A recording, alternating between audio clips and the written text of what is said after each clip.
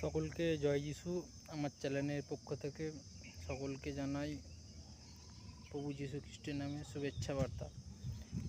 আমরা যে সমস্ত পাপ প্রতিনিয়ত প্রত্যেক দিন করে চলেছি, সেই সমস্ত পাপ আমরা বিশ্বাসীরা অনেক কিছু পাপ করে ফেলি, কিন্তু আমরা কি ক্ষমা চাই? পাপ আপনি করছেন, প্রভু যীশুর কাছে ক্ষমা চান। আমি জানি জীবন কাটানো অত সহজ নয়, খ্রিস্টীয় জীবন কাটানো খুবই কঠিন হয়ে পড়েছে বর্তমান দিনে। পাপ করেই চলেছে খ্রিস্টীয় বিশ্বাসীরা, যিশুর কাছে এসেছে কিন্তু ক্ষমা চাইছে না। আপনি ক্ষমা চান, আপনাকে প্রভু যিশু ক্ষমা করবেন, ঠিক আছে?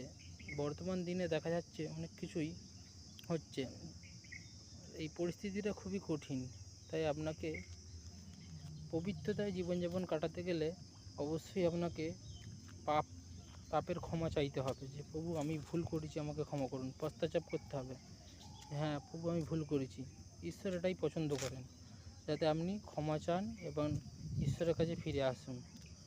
তাই সকল খ্রিস্ট বিশ্বাসী এটা মাথায় রাখা উচিত যে প্রতিদিন যে কোনো না যে কোনো প্রকারে পাপ হচ্ছে আমাদের, সেই পাপ যেন আমরা দিন শেষে যেন ঈশ্বরের কাছে এসে হাঁটুতে প্রার্থনার মাধ্যমে যেন ক্ষমা চাই।